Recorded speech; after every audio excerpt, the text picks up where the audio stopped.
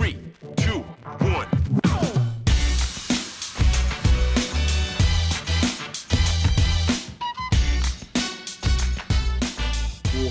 And then obviously we got the cup draw next week. Arsenal have who? Who's got Brentford? Is it Chelsea or Arsenal?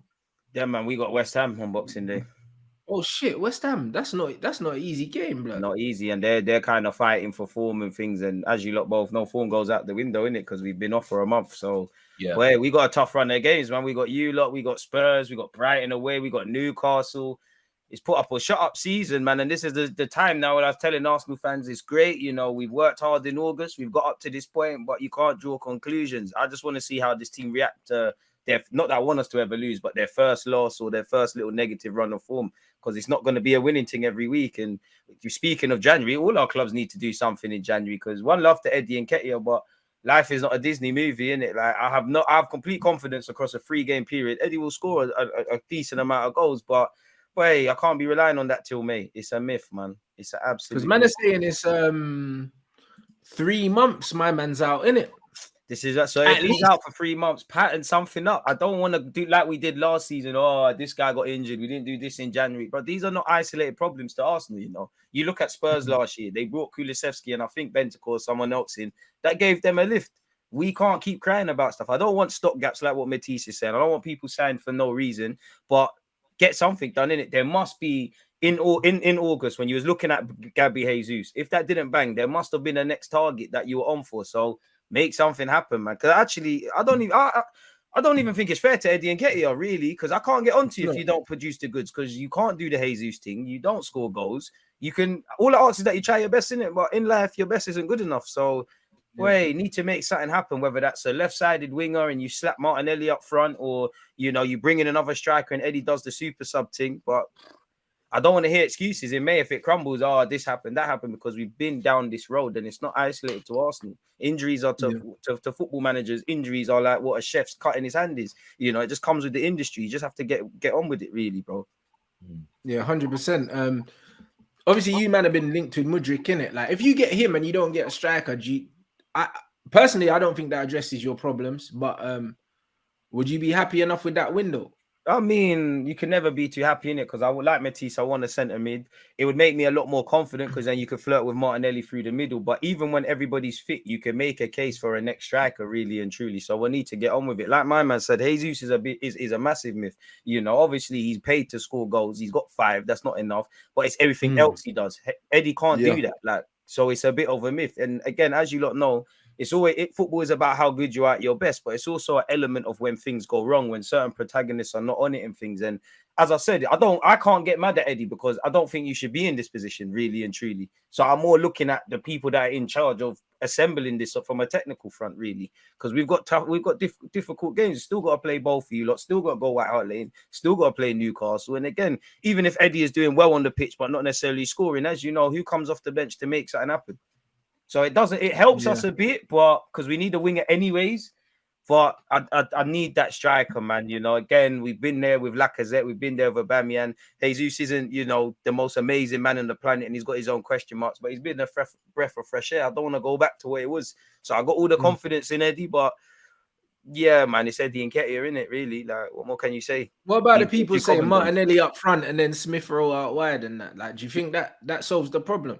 It could bang, but then you're going to kind of, you've lost what Jesus has. Then you're going to lose what Martinelli's doing off the left wing. So you're kind of losing your ability to score goals. Martinelli's going to have to play a completely different way. And then again, it's a case of who do you bring off the bench? And as for Smith Rowe, he's back in training, but the club have reiterated from earlier months this year that we're taking our time. He's fit, but he's not ready to start. So you're kind of irrelevant, really. So need to make things happen. The one thing I'll give Arteta is, and they do, since they've come in, they're not just buying dons for the sake of it, but they need to make something happen, because if anything happens to Partey, anything happens to, Eddie and Nketiah at this moment, like with Jesus, it's a problem. And they had to have known this in August. If Jesus gets injured, Eddie. So if you've got all the faith in him, let's hope it works, innit? But there has to be question marks if it don't bang. So something, man. Ideally a winger and a striker, but we're not going to get all of that, are we? That's what I mean. It's looking mad, bruv. It's mad. This second half of the season, all of a sudden, it's just looking wide open. Cause it's looking, as you know, it's a marathon, bro. It's not a sprint. Yeah. Like, too many conclusions are drawn on football. So a lot of narratives to be written. It's looking wide open. Because when you look at it, yeah, Liverpool had a lot of players not at the World Cup. You know what I mean? And for obvious reasons, because they're shit. So it's one of them ones where they're gonna have bare man that are gonna be ready for the second half of the season that haven't played. That can either go for or against them. Do you know what I'm saying? Like they're gonna be well rested. I'm not familiar with the friendlies and stuff that they've had because I haven't lost Diaz though. Yeah, same. Yeah, Diaz got injured again though. Yeah. It's a big miss because he was probably their best player. Definitely their best attacker. Yeah, and then City had the most players at the World Cup from the Premier League teams, even though they played shit. They were all there. So it's one of them ones where I don't know when they come back. Do you know what I mean? I don't know when they come back. I don't know how long they're given because I see obviously Mbappe went straight back to training. Then Neymar and Marquinhos went back, I think yesterday. And Brazil got to the quarters. So I think everyone should be kind of coming back for Man City next week, I would assume. Do you know what I mean? So it's going to be interesting to see how strong they go straight away. Haaland got a rest though, innit? So Haaland got a big rest, bro, and he's chomping at the bit, bro. Like man was saying that he was saying, he's bored, blood, just waiting for everyone to come back, blood, so he can just mash work. He might just be on demon time. Like, they just put him back in his box and left the charger in, man. He's ready. That's it. So he could be doing a mad thing. Obviously with United, I saw how strong United went yesterday, so it seems like we've pretty much got everyone back. So the squad looks the same. Probably stronger because we got a fit Martial now that we haven't had from the start of the season, and Ronaldo's contract got terminated. So I'm assuming we will replace him in January because I don't think they would have agreed to terminate his contract and not bring in at least one body. Like that would, it wouldn't have made sense. So probably going to be Gakpo, isn't it? And he's not even a striker. Yeah, he's not a striker, but he can play across the line. He played in the 10 for the Netherlands. He played out wide. He played up front as well. Very intelligent player. It looks. He is. He's very raw, but his understanding of the game is good. Similar to like Malacia. Malacia is a very good reader of the game.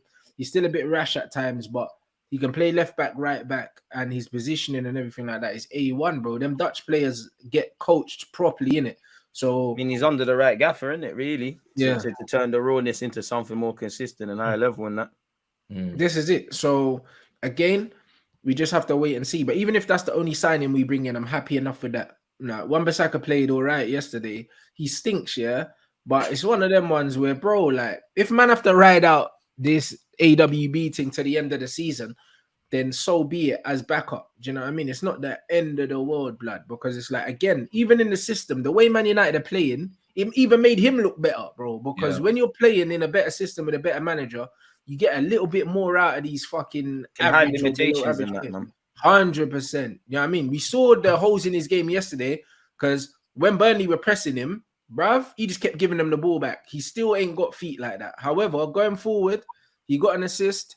Do you know what I mean? And he looked a little bit better than he has looked in a while. Do you know what I mean? He actually played well. Like on the ball, he's definitely a pressing trigger, bruv. But do you know what I mean? Like, that's never going to change. That's never going to change. No matter who never going to change at this age now. You can just have to try and get a tune out of him.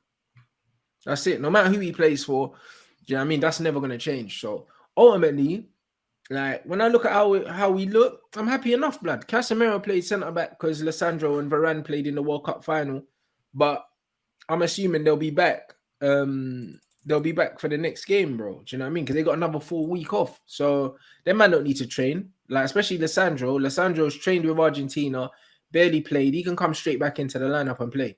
Oh, they're fit, bro. If anything, it's just mental for these World Cup players. For the Argentina lads, just like relaxing a bit now, coming down off that high. For anyone that's disappointed, just getting on with it. It's surely just got to be mental. Obviously, an element of fatigue depending on how long you've played, but surely it's just more mental for these World Cup boys now, man. And for me, anyways, the best way is just to get on with it rather than just play games, man. And sooner or later, you're gonna heal, innit? If that was the case. That's what I mean. And Casemiro played centre back yesterday, walking apart for him. I saw some of you lot in the chat saying, I don't know about Casemiro and bruv, at centre back. Bro, you gotta understand, yeah. When you're number 6, bro, I see Carrick play centre back. I see Mascherano play centre back. When you're a holding midfielder You can and you do can that. play and you're getting pressed, playing centre back is the easiest It's the position on the same. pitch because you get It's the same principles. it's the same, but you got more time on the ball. Do you know what I mean? Exactly. So, you know what I mean? If you're a good, competent number 6, yeah, playing at centre back is piss. Like he was You can taking get the a tune piss. out of it. Exactly. Especially Casemiro's been there, done it, wore the t-shirt. If he couldn't do it, then there'd be problems. Facts. You know what I'm saying? So, of course, we want him in central midfield. I think against Forest, he'll play in central midfield.